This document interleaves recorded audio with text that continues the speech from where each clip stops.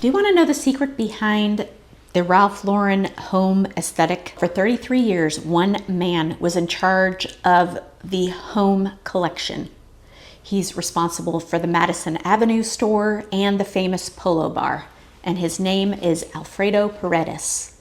He recently released a new design book, and today I'm going to walk you through 10 lessons I learned when I took a deep dive through this book that you could use in your home if you're really wanting that Ralph Lauren home look in your space, even if it's not a chic New York apartment or a mansion on the Hudson.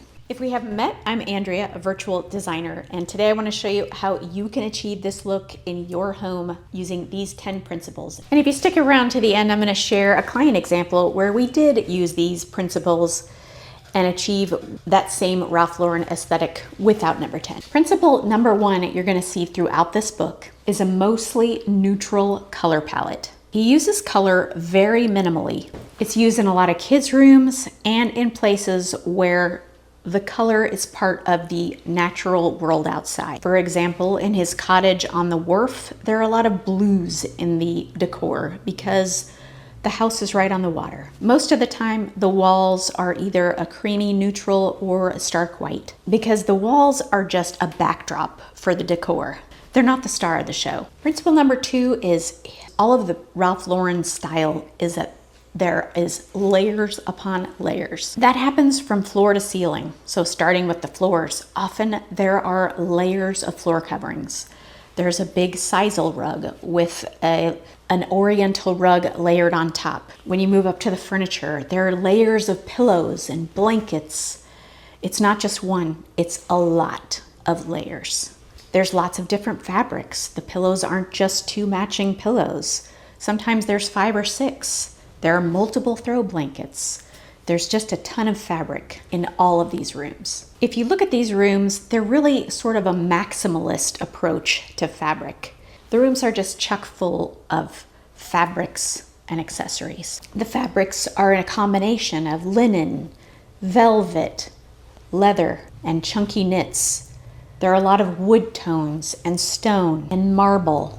So there's a lot of different textures in every space. Woven things like baskets. Principle number 3 is they really don't use any overhead lighting, with the exception of sometimes a light over a table, but all of the lighting is coming from multiple fixtures in the rooms. Sconces, lamps, floor lamps, they are used in abundance. If you try to count, you'll see there's probably 5 or 6 sources of light minimum in each room, not including the overhead lighting. A lot of times the lighting is so big that it really acts almost like a piece of sculpture in the spaces. Principle 4 is books and objects are used to really tell the story of a room. He uses so many books in his decor that each room can sometimes feel like a library. They're all hardback books and they're all fairly large. And he also uses a lot of sculptural pieces on the bookshelves. Small busts and faces and wood carvings. Number 5 is all the rooms have a mix of old and new.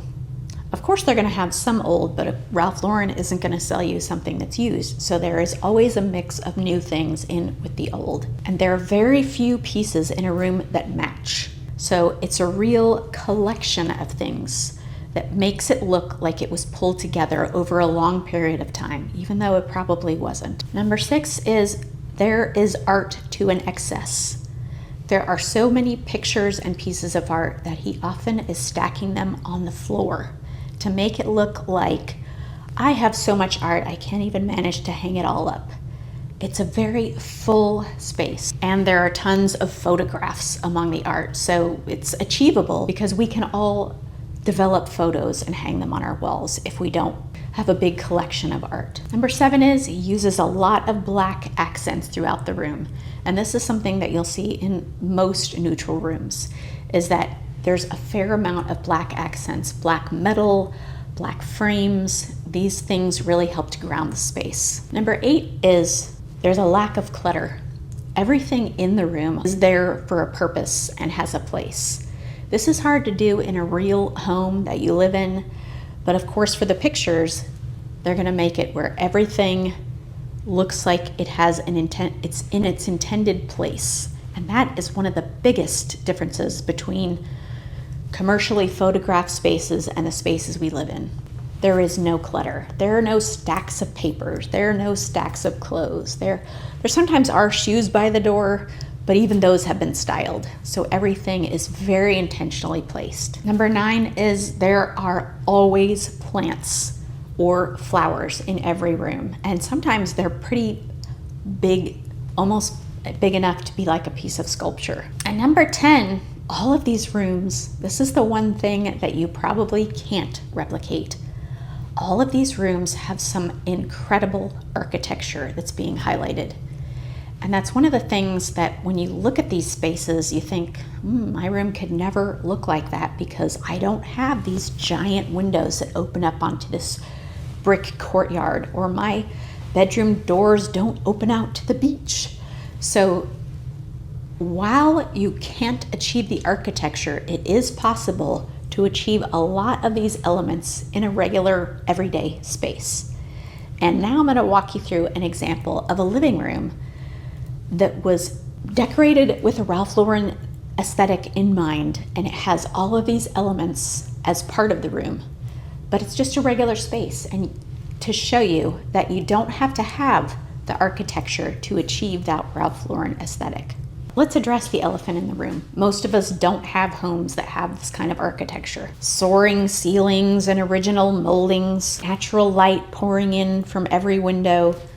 You can't forget that these are photographed commercially. In these rooms, the architecture does a lot of the heavy lifting. But it's important to see that you can capture the feeling without the fancy architecture. If you focus on layering in all of these different aesthetics, your room can get a lot closer to feeling like a Ralph Lauren space. Now I want you to pick one of these principles and add it to your room and let me know in the comments if it's made a difference in how your space feels. I read every single one, and I'll see you in the next one.